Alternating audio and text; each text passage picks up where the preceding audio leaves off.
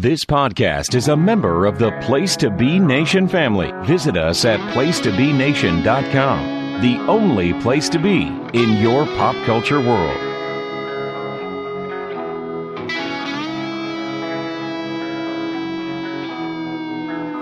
I heard you've been looking for me, but you look for trouble. You're gonna see that your words are dangerous. Your talk is cheap. So now I'm standing here. You tell yourself you know what to do when you realize that I am coming for you. Then you'll change your mind and run like a child when you see me standing here. Now I'm standing here. Don't question my heart. Place to Be Nation, welcome back to another episode of Extreme Resurrection, where tonight we are going to be covering the two ECW shows. The first one is on February 5th, 2008, and the second one is February 12th, 2008. And we are just 2 weeks away from No Way Out as well. But before we get into all that, let me introduce to you my partner. He is Mr. Steve Riddle. Steve, how are you doing tonight? I'm doing good. Glad to be back for another episode here. And kind of funny, we mentioned before we came on, we're 2 weeks away in this timeline from a pay-per-view. And meanwhile, in real time here in 2025, we are 2 weeks away from WrestleMania here in Vegas, which I know you and other members of the nation will be coming en masse to join me for that show.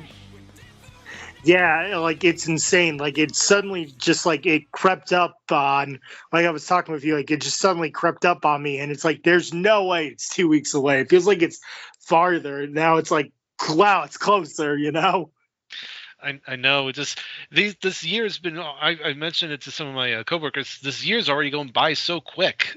Mm-hmm. Yeah, don't blink. It'll be July soon. Yeah. Yeah, well, tonight we have some interesting episodes here on ECW. They're both in Texas. They're in Corpus Christi, and then the next episode they're in Houston. So that's really interesting too. Back-to-back shows in Texas, Steve. Yeah, well, the one on the 5th was live, and then they taped the 12th on the next day on the 6th, because after this, and was just kind of looking ahead, it looks like that that they're doing a tour of Central and South America before going into the pay-per-view, because Raw, that was SmackDown ECW, and Raw meanwhile was over in was actually in Japan and Korea during this time. Oh, okay, so they're doing their international tours before coming back for WrestleMania 24 at the time here. Mm-hmm. Yeah. So this is ECW February 5th, 2008. We are live in Corpus Christi, Texas. We see CM Punk. He comes out first, and he recaps himself hitting Chavo over the head with a guitar. And we saw the recap of that night as it was Chavo's Fiesta, and CM Punk was dressed up as a mariachi band member, but we never saw his face, so he covered himself pretty well. And then he hit Chavo Guerrero with a guitar here. And CM Punk says he wants his rematch for the ECW title. Out comes Chavo. Chavo says no, he will not get his ECW rematch tonight because CM Punk wanted it. He's actually going to get it at No Way Out. So Chavo already dictating the rules on when CM Punk gets the rematch. And also Chavo was very, I would say, lenient to give CM Punk his rematch so early. They didn't even hide it. No, you have to do this or that. Chavo was like, okay, you're going to get your rematch at No Way Out. So interesting here. Armando Estrada then comes out, and he says tonight that CM Punk will be embarrassed by Chavo here tonight, as he announces that tonight will be CM Punk versus Chavo Guerrero in a Gulf of Mexico Extreme Rules match here. The winner is decided when one man goes into the water of the Gulf of Mexico. So very interesting concept here, Steve. What did you think of this segment? It was fine. I mean, Punk kind of, reveling in his his subterfuge the previous week, I thought was pretty funny. And then, yeah, Chavo coming out, kind of, calling him out on it. The idea of this match is kind of weird. I wonder if they drew inspiration from back in '06 when John Cena threw Edge into what I think it was the Long Island Sound, like the night after SummerSlam. And that's where they drew inspiration from that. But what I found funny was that you got Estrada's outside by the water there. He's explaining this match. Meanwhile, in the background, there's this one random dude just fishing in the Gulf. Oh yeah, I forgot. He didn't even come out. He was at the Gulf. Yeah, there's like 3 fishermen. And wait till we get to the match too. That's gonna be very interesting. Yeah, but yeah, talk about some of the random match ideas that that you have. Again, throwing your opponent into a body of water to win. I'm surprised Vince Russo never came up with something like that. No, but in the Spring Break 2000 episode before Russo comes back, it's the Spring Break 2000. The Wall threw Hulk Hogan in the ocean. Well, I think WCW every year when they did like those Spring Break episodes, at some point somebody went into a pool. Like I think, didn't one year like Kevin Nash do a cannonball just to avoid fighting with a giant or whatever. Yeah, and then Hall got chokeslammed in the pool while Kevin Nash did the cannonball, and then Ric Flair, Rey Mysterio Jr., Hurricanrana, and Ric Flair into the swimming pool in 1999. And then they used to say that if every Spring Break episode someone went into the pool, WCW would still be in business. There was the one, I think it was also, I don't think it was 2000, where like one of those episodes where Sting and Luger fought on the beach as well. So yeah, that also happened, and when Sting came from the helicopter, that's right. Yeah, yeah. So a lot of things happened on Spring Break. So it's funny, it's weird that they're having matches in the water. Yet a lot of things in WCW happened in or around water too. Mm-hmm. Now we have a tag team matchup here. It is Layla and Victoria versus Kelly and Michelle McCool. We were talking about if Victoria goes away, because the last thing she was doing before aligning herself was with Kenny Dykstra, and now she's back here with Layla and Lena Yada, and Lena Yada is at ringside here. So it's Layla, Victoria versus Kelly and Michelle McCool. When I say very bad, this handspring elbow was bad by Kelly here. She stops and then elbows. You don't stop in the motion. So Kelly does not know how to do a handspring elbow, and they're like forcing her to do this move, and she really doesn't know how to do this move. Did you see that also?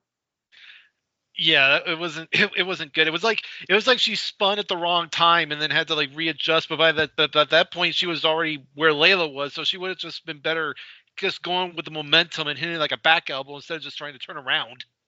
Yeah, so a very bad handspring elbow by Kelly, clothesline and head scissors to Victoria, round kick to Victoria, cross body by Kelly, and a tilt-a-whirl head scissors. And then Lena Yada trips up Kelly. Michelle McCool attacks Lena Yada, and then a widow's peak by Victoria for the win here. So Layla and Victoria win the matchup here. For this match, I went a star. And that's only because of Victoria's performance, basically, at the widow's peak. So Victoria really carrying the match up here, and not a whole lot from Kelly. So I gave it a star. Yeah, I give it a star too. I'll give Michelle some due as well. I mean, I think she and Victoria definitely carried this thing. Not a lot was done with Layla and Kelly, and yeah, like both of them are still very green. And decent back and forth, and obviously Lena makes the difference as she trips Kelly up, and then Victoria actually gives her a really stiff widow's peak there to get the win there. So again, nothing much here, just the song continuing this feud here with Layla and Kelly. Mm-hmm. So we'll see where it goes again. And then we have another matchup here. It's John Morrison versus Tommy Dreamer. Last week on ECW, Morrison beat Colin Delaney, and he was getting double teamed by the Miz and Morrison. And then out came Tommy Dreamer to save Colin Delaney. So Colin Delaney is now accompanying Tommy Dreamer to the ring as well. Shoulder tackle by Tommy, bulldog to Morrison, leaping drop kick to Tommy, spinning leg drop to Tommy, neck breaker by Morrison. Morrison misses a corkscrew moonsault, big clothesline by Tommy. Tommy punches the Miz. Tommy gets distracted when after the Miz and Colin Delaney go at it, and that's when Tommy punched the Miz. And then Morrison hits the corkscrew neck breaker for the win. For this matchup, I went a star and a half. A little bit of offense from Tommy, like, you know, he does the big comeback, but again, it's Miz distracting Tommy by beating up Colin that draws Tommy's attention away, and that's what gives the corkscrew neck breaker for Morrison to get the win here. So I went a star and a half on it, Steve. I went a star and 3/4. I thought it was a decent little match here. Delaney's still bandaged up like a mummy. Still got the heavy bandages there. Again, Dreamer still very serviceable. Morrison gives him a good little match here. Yeah, that Morrison missed that moonsault. It almost looked like he was going to land on his head there for a second. I got kind of scared about that, but thankfully he missed. He didn't. And then Tommy gets some good offense, and then like you said, he gets distracted when Miz shoves Delaney into the barricade, and then that distracts Tommy, and then Morris is able to get the win. So again, the hard luck continues for Tommy and for Delaney.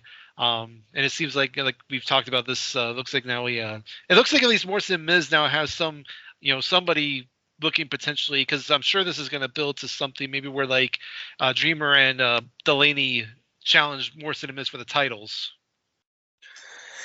Yeah, which is an odd couple because now we're getting, which again is the odd couple, but again, it's going back to the whole Mikey Whipwreck, Cactus Jack thing as well. But again, I really like the whole Gang and Shannon Moore tag team than the Highlanders and this one. So hopefully you're right. I don't know, but we'll see what happens with this duo here, as Colin Delaney is still trying to make a name for himself here in ECW with the guidance of Tommy Dreamer. So then now we have Joey Styles. He interviews Stevie Richards, who has been out of action for like 3 months and has had a total of 5 surgeries on his throat from a botched move in 1997 on ECW. And finally, the surgeries finally caught up to him with the injury. So he's been gone.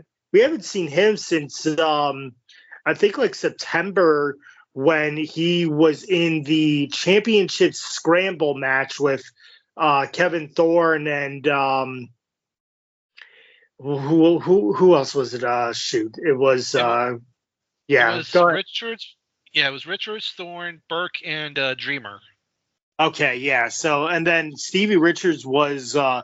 That I feel like was the last time we saw him, and I think he was the first one eliminated too. And I was wondering if his name was on the suspensions for that whole pharmacy scandal, but like it really did seem like he had those throat surgeries as well. Yeah, his name, I don't think his name was on there. I think it was just this legit these surgeries, which they show the footage of what happened in '97 of them. For those that don't know, it was a I don't remember what the date was. It was him, Sandman, Terry Funk, and Raven. It was a 4-way for the title when Funk was champion.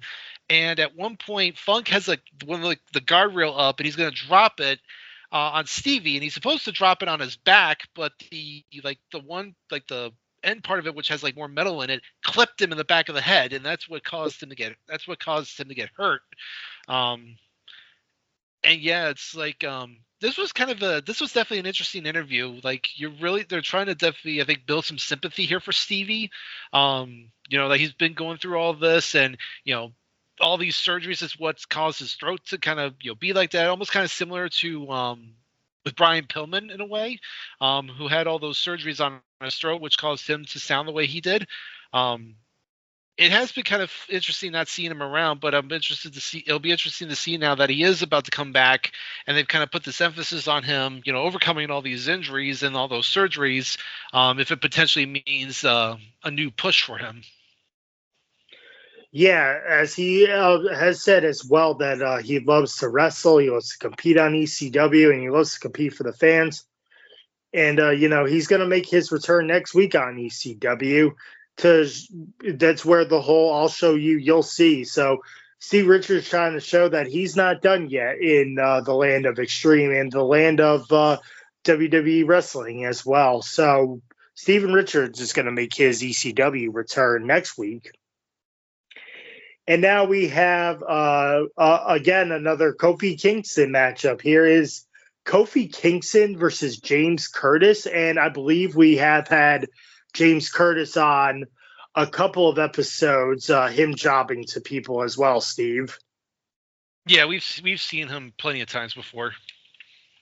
And this is where it doesn't become even like a jobber squash, It's a shoulder tackle by Curtis, hip toss by Kofi, reverse back elbow and leg drop. And then a buzzsaw by Kofi for the win. For this matchup, I went 1 star. Here's why. The crowd was ultimately dead during this match.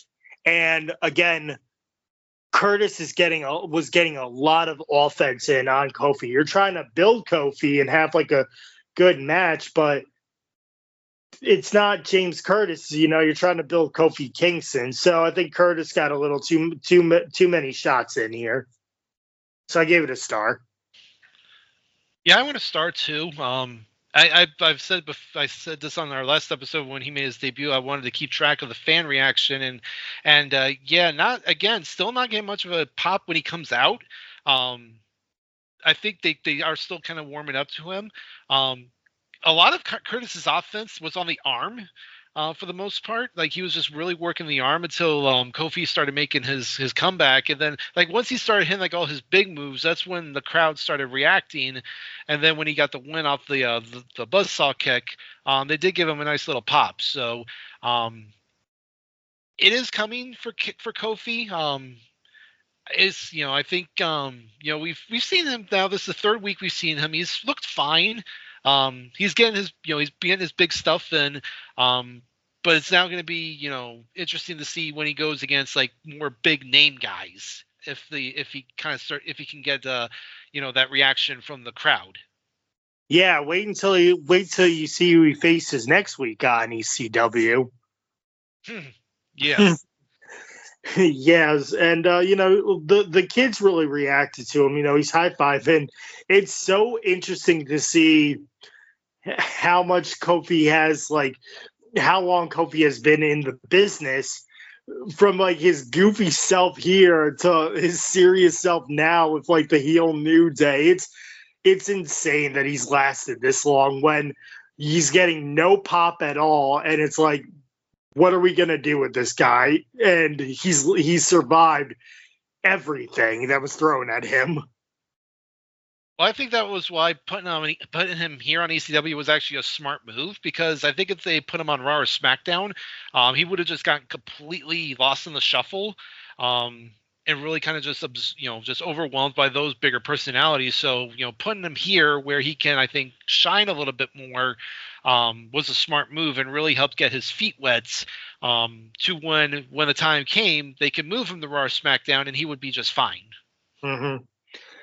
So now we have our main event already. It is the Gulf of Mexico Extreme Rules match here at CM Punk versus Chavo Guerrero, where in order to win the match, you have to throw the throw your opponent into the Gulf of Mexico here, or the waters that surround the Gulf of Mexico.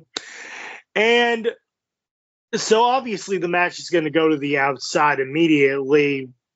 What I found weird was that they couldn't have the commentary on, like, while the guys were outside, like they did at St. Valentine's Day Massacre when Hardcore Holly and Al Snow went into the Mississippi River, you know.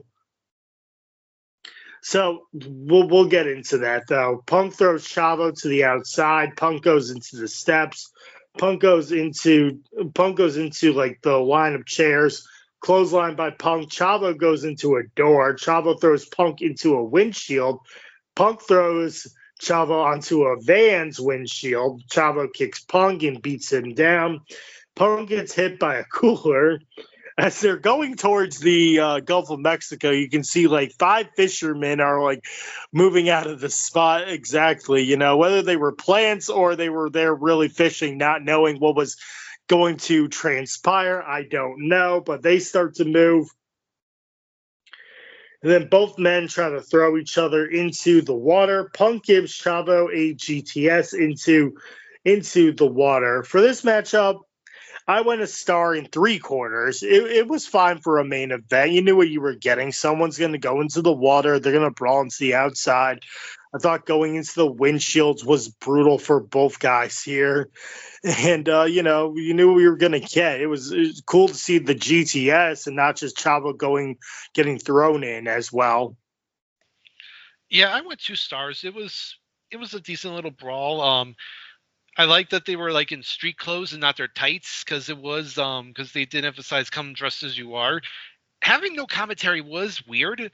I don't know why they felt the need to pull the commentary out, because like you said, you know, other times when we've seen guys go outside, they kept the commentary in. So I don't know. I guess maybe there was like a technical error that caused that or something, but just really weird. Action definitely picked up once they did get outside. Like I said, both guys get thrown through windshields, which looked really nasty.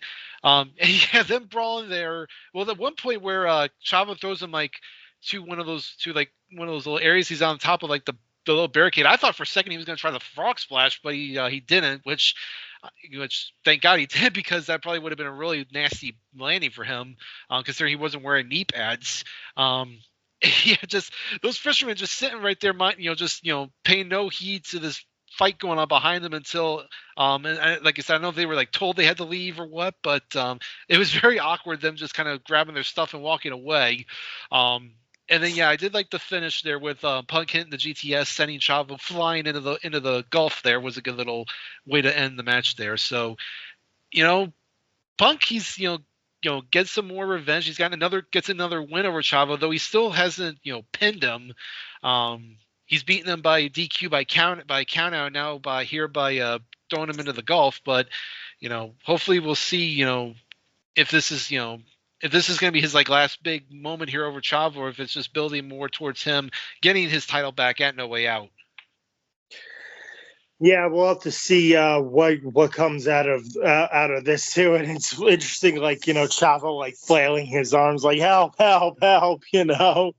I mean, I guess they really had to get him out. Like they had to like cut away and like get him out right away, because like maybe the current was strong too, So they must have had. And we'll see. We'll see at the recap of the match and what happened afterwards in our next show too.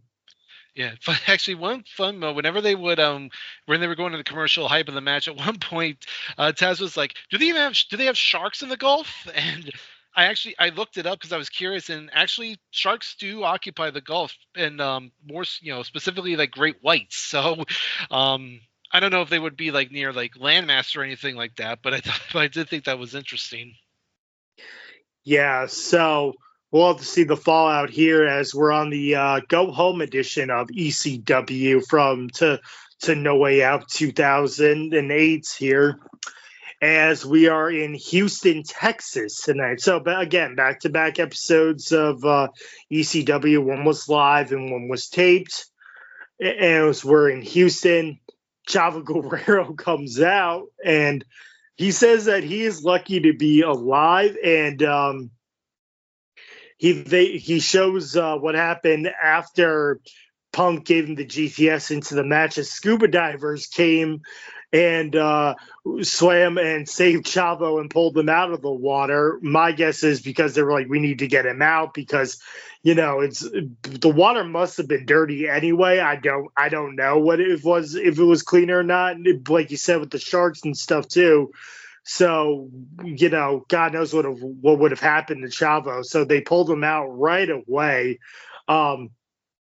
Chavo comes with like his skin's all rashy, and he says he has a sinus infection, and he's got this irritating rash and stuff. Like it looked like it almost like killed him. Basically, he looks like real ugly here, and he also got stung by a jellyfish. So hopefully, jellyfish occupy the Gulf of Mexico too, because Chavo claims he got stung by a jellyfish. Steve. I like how when in the beginning he's like, Punk, you threw me in the Gulf knowing that I can't swim. It's like, well, wouldn't you be more mad at Estrada for making the stipulation if he knew you couldn't swim? I mean, yeah. It's like no logic in that. Yeah. Chavo says he is a Mexican warrior. Chavo says he wants to defend his ECW title tonight. Armando Estrada comes out and says no to Chavo defending the ECW title tonight. He wants Chavo to rest and be prepared for Punk at No Way Out. Estrada then says Punk will face Mark Henry tonight because he will not deprive the ECW fans of seeing CM Punk in action. So, Estrada doing Chavo's dirty work for him to soften up Punk before No Way Out by having him face Mark Henry tonight. Yeah, I mean, typical heel GM tactic. Mm-hmm. And now we have the returning Stevie Richards versus Rory Fox here. Shoulder tackle by Stevie, kick to Rory's back, double underhook DDT by Stevie for the win. For this matchup, I gave it a star. It was good, a good win by Stevie to have him return here versus a jobber Rory Fox. Again, like Stevie still has the moves, and that double underhook DDT, or as Joey says, the Stevie T. I like the double underhook DDT as well. So Stevie gets the win here, and I went a star on it, Steve.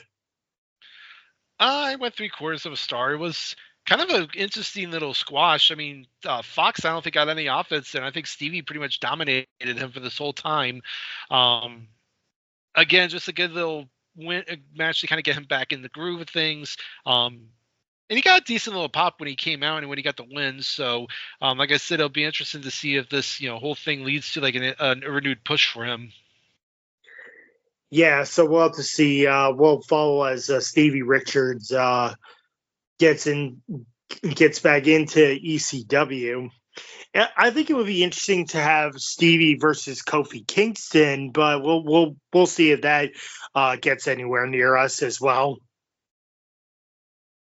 Because both those guys can work, yeah. So we'll see. Then we have highlights of Mark Henry. He said that like everyone forgot about Mark Henry and his 2 years of dominance, and he's still dominating as he's destroying people here on ECW. I guess Colin Delaney counts, even though that was a squash match. And now we have Kelly versus Layla 1-on-1. Head scissor lock by Layla, clothesline by Kelly. Layla slams Kelly by the hair. Leg drop to Kelly, a suplex by Kelly. Crossbody dive to Layla. And then a neck, I don't know what this was. I think it was I don't know if they were it was like the Famouser or something. But it's like a neck breaker by Kelly for the win. I gave it a star here. Dominance really by Layla, and then Kelly just gets a couple of moves in and she wins. So Kelly picks up a win here to regain against Layla and her little alliance here. What did you think of it? I gave it a star as well. It was, considering that it was just now the two of them 1-on-1, this could have been a train wreck, but, thankfully they didn't, They actually didn't do too bad. They kept things, I think, pretty simple between the two. Like you said, Layla dominated most of it, and then Kelly had actually a pretty good spirited comeback. So that was that finish. That was the old rocker dropper that Marty Jannetty used to do in the Rockers. But yeah, I think it became eventually it became the famous Sir. But instead of like how Billy Gunn does it, where he like jumps up and drives the person down, this is the one where, like I said, how Marty did, where he like just put his leg over the back of the neck and then just like drove him down that way. So, yeah, good win for Kelly getting it back from the previous week. A little surprised that Lena didn't play much of a factor in this match, like she did last week. But again, it was fine for what it was. Hopefully this means this is finally the end of this feud between these two, because they've been going now for quite a while. It would be different if it was Lena versus Kelly. Like, I would think that Layla really needs to help Lena win a match here, and like if since the roles were reversed, Layla's probably like, I don't need help, I can take care of Kelly myself, or attempts to, because she loses the match anyway. So yeah, I don't think you really needed help from Lena here, but again, it would have been good if Lena had Layla's back here and helped her a little bit more. And now we have another Kofi Kingston match here. But this time it's someone we know, and it's not just the jobber, but he hasn't been on ECW in a while. I don't even know if you remember the last time we saw him, but it's Kofi Kingston versus Mike Knox. Kofi reverses a big boot, shoulder tackle by Knox, monkey flip by Kofi, leg drop to the neck by Knox, drop kick and a leg drop to Knox. And then Taz calls this the Jamaican buzzsaw kick by Kofi, and he pins Mike Knox for the win. For this matchup, I went a star and a quarter. Very good offense by Kofi. Knox gets a couple of moves in, like, the leg drop to the back of the head, but not much from him. And the Jamaican buzzsaw kick by Kofi for the win here. So I gave it a star and a quarter, Steve. Yeah, I gave it a star and a quarter as well. Again, like you said, Knox kind of pulled back up here out of mothballs. Like, I think it was like in the fall when the last time we saw him. I don't know if he's been like nursing an injury, or they just, kind of sending him back and forth between here and like developmental so he can continue to get some seasoning. But yeah, it was nice to have Kofi finally face somebody with a name at least. And again, I think the crowd got a little bit more behind Kofi, because now he's going up against we know Knox is a defiant heel, so it gives the crowd a little more incentive to actually get behind Kofi. Knox still has his little decent power offense, but then Kofi again with a good comeback and a nice clean win over a name like Knox. And kind of interesting how he did the trouble and the buzzsaw kick, where he like kicked at Knox first and then did the buzzsaw, which we haven't seen yet. Usually just does the buzzsaw straight up. But yeah, good win for Kofi. Now against a named guy like we said, and now we'll see how much. Now it's going to be a question of how much longer before he finally kind of starts getting into a feud with somebody. Yeah, so again, we're still waiting for Kofi Kingston's breakout moment here. So now we have John Morrison versus Tommy Dreamer one-on-one again. Shoulder tackle by Tommy. Fallaway slam to Morrison. Tommy dives onto Morrison to the outside. Miz throws Tommy into the steps. Like, he tripped him up, and then Tommy fell into the steps. Morrison misses a drop kick, neck breaker to Morrison, low blow, and a corkscrew kick to Tommy, and then a DDT to Morrison for the win. For this matchup, I liked it. I gave it a star and 3/4. Great offense by both guys, and then Tommy getting a DDT. So Tommy now has a win over John Morrison, and the previous week Morrison has a win over Tommy. But Miz attacks Tommy, and then the Miz and Morrison beat down Colin Delaney. So even if they lose, it still seems that they walk away unscathed as they lay the beat down on Colin Delaney here, Steve. Yeah, I went a star and a half. Again, pretty much almost on par with their match the previous week. Can get a little back and forth, and Morrison with his offense, and then Tommy with his comeback. And yeah, kind of interesting. Tommy gets to win, and he spikes the hell out of Morrison with that TDT. I mean, that was like, some top-notch selling there by Morrison. But then, like you said, Miz and Morrison then kind of lay Dreamer out. Then they put a really vicious beatdown on Delaney. I mean, they beat the piss out of him and then hit him with that really nasty double team. Again, just really building up more heat on them, and really, I mean, this is really how I think you build sympathy for somebody like Delaney with these kind of beatdowns, because now you're wanting to see him and Dreamer take these two arrogant pricks out. Yeah, so we'll see if, like you said, you wanted the tag team matchup between Morrison and Miz versus Khan, Delaney, and Tommy, because again, like they just get beat down even after Tommy wins. So we'll see where this one goes here as well. Let me get a rundown of the No Way Out card. It is we have two Elimination Chamber matches. We had the Raw Chamber match, which was I believe was Chris Jericho, Shawn Michaels, Triple H, Jeff Hardy, JBL, and Umaga in one chamber. Then you have the SmackDown Elimination Chamber, which is Undertaker, Batista, Finlay, Great Khali, MVP, and Big Daddy V, who we haven't seen on ECW in like 2 to 3 weeks. He's over on SmackDown, and he has an Elimination Chamber spot here. So a little ECW representation in this SmackDown ECW Elimination Chamber here, Steve. Yeah, I think, although he's the only ECW participant in the match, so I mean that's some limited participation. But yeah, it's like we haven't seen him for weeks on ECW because he's been on SmackDown, getting involved with that. So I mean, on paper, both those chambers definitely look really look promising, particularly the Raw one. And I know those and I think those like I said, those two have definitely a lot of potential.